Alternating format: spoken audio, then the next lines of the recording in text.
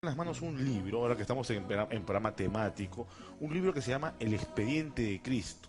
Ha sido escrito por el abogado, doctorado y máster en ciencias penales, Roberto Miranda, a quien recibimos con un fuerte aplauso, por favor. Gracias por estar en el programa. Gracias Aldo. Me intriga este libro, porque no se ha escrito poco en el Perú sobre esto, y es un libro que plantea preguntas como, por ejemplo, ¿pudo ser apelada la sentencia de muerte contra Jesús? ¿Fue legal su arresto? ¿Por qué tomó esa decisión Pilatos? Y más. Cuéntenos un poco, porque hacer un libro de investigación sobre este tema no es algo normal, ¿no? Generalmente leemos los evangelios desde el punto de vista religioso, teológico, eclesiástico o clerical. Pero yo tengo lamentablemente para algunas personas una manera distinta de leerla.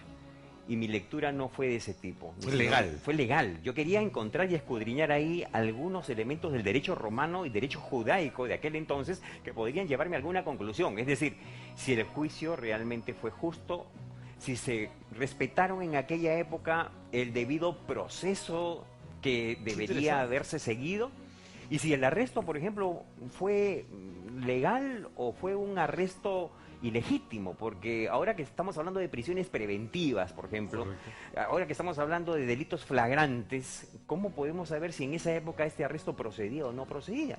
Es decir, doctor Miranda, usted para poder escribir este libro tenía que revisar el derecho de la época, el derecho romano.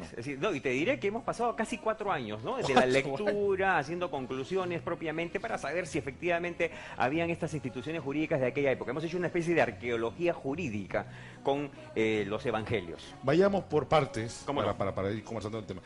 Hablemos primero sobre el arresto. ¿El arresto a Jesús fue legal o fue un arresto arbitrario? Mira, quisiera que los oyentes se ubiquen en la provincia de Galilea y la provincia de Judea. Una zona norte es Galilea y en el sur está Judea y Jerusalén. Entonces Jesús cada año iba a celebrar su 28 de julio, es decir, sus fiestas patrias, ¿no es cierto? Correcto. Su fiesta de las Pascuas, en la cual se podía uno recordar esa salida que tuvieron de Egipto los hebreos. Entonces, a la tercera vez que los evangelios manifiestan que Jesús llega a Jerusalén, es que se produce el arresto. Pero el arresto se produce en forma arbitraria. ¿Por qué razón? Primero, que era un jardín privado. Segundo, era nocturno. El arresto se produce en horas de prácticamente de la madrugada, y cuando le vienen a arrestar a Jesús, él mismo reacciona y reclama. Dice, esta es la hora en la cual vienen a detenerme. Me han visto en la calle, me han visto en el templo, me han visto por las plazuelas y no han tomado, digamos, no han echado este arresto de mi persona. Entonces, ahora ahí el arresto fue ilegítimo, fue ilegal, no hubo delito flagrante, como sí estaba establecido en los Levíticos y en Deuteronomio, que era el libro del Pentateuco, o sea, la ley propiamente de la época. Correcto. Vayamos a otra pregunta. ¿Cómo fue el juicio a Jesús? ¿Es un juicio que hemos visto en las películas, que hemos revisado quizás cuando hemos estado en el colegio, que es muy emotivo ver en una película? Claro. Pero realmente, ¿cómo fue el juicio a Jesús? El juicio fue primeramente sumario. Segundo, no fue un juicio público. No fue en la sede judicial que tenían los judíos. El juicio fue en la casa del sumo sacerdote Caifás. Correcto. Debería haber sido en el lugar llamado Gazit, que era parte del templo que equivale a lo que es la Corte Suprema. El Sanedrín, que es la junta de los ancianos, justamente, en el derecho hebreo era el que se dedicaba a dictar sentencias. O sea, no fue en el ambiente jurídico respectivo. No. Vamos a decir ahora en términos actuales, no fue en la sede judicial de la misma Corte, sino más bien se habilitó una casa particular que era la casa de Caifás. ¿Por qué? Porque había turba, había gente. Jesús había ingresado días antes con vítores, con ese hosana, con sálvanos, te rogamos. Entonces Jesús era una especie de ladrillo, papa caliente para las autoridades en ese momento. O sea, tenían que desprenderse pronto y tenían que hacer un juicio casi secreto, casi de madrugada, nocturno y muy temprano también del día viernes por la mañana. Se calcula, dice que fue detenido en la medianoche, ¿no? Y el juicio ante el sumo sacerdote empezó a la 1 de la madrugada, siendo llevado recién a las 6 al palacio de Poncio Pilatos y conducido donde Herodes a las 8 de la mañana. Claro, aquí hay un aspecto bien interesante que en los evangelios nosotros los abogados podemos encontrar, ¿no? Pilato, lo primero que le pregunta a Jesús es ¿de dónde eres? Y le dice Galileo. Y es la primera vez, desde mi punto de vista, en que Pilato se lava las manos. Dice, si es Galileo, entonces no me toca a mí. Yo no soy el responsable de esta persona. Su jurisdicción es Galilea. Vaya hacia Herodes. Entonces, Jesús es conducido hacia el palacio de Herodes. Esa es la primera vez, como usted dice, que se lava las manos. La primera vez, ¿no? Claro, de una manera tal de que se quiere prácticamente él quitar de encima una persona que era muy difícil en ese momento de poder juzgarla. Tenía mucha popularidad. Si hubiera habido un boca de urna o de repente una especie de rating, ¿no es cierto? Yo creo que Jesús se la llevaba en primera vuelta, ¿no? O sea, Jesús era muy, digamos, popular.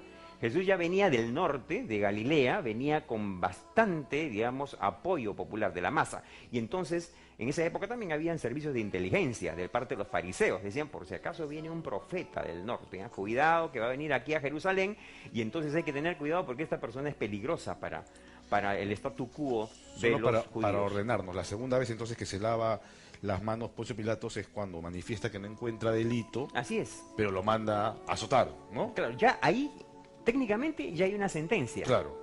Lo absuelvo, no encuentro delito en este hombre, así que ¿sabe qué? Sumo sacerdote y todos los fariseos que están aquí presentes, lo voy a únicamente a condenar a una pena de azote, ¿no? Que era una pena, digamos, de menor gravedad, ¿no?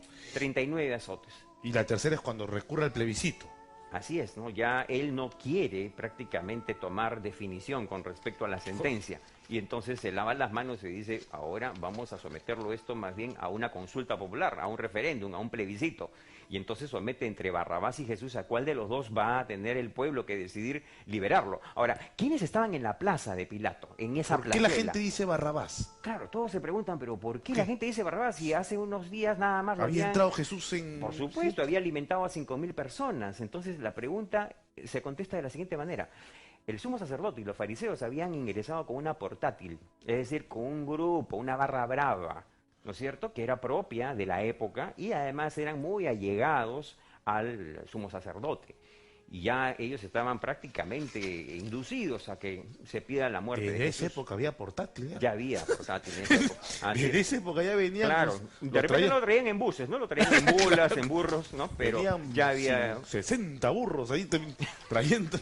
Y lo último, sé que estamos hablando, pero para terminar, porque el tiempo vuela, pero está muy interesante este tema. El tema de la apelación, o sea... ¿Jesús hubiera podido apelar a esa decisión? Toda sentencia romana tenía que apelarse. Pero ¿qué ocurre con respecto a Jesús? Toda sentencia romana. Pero el derecho era para el ciudadano romano.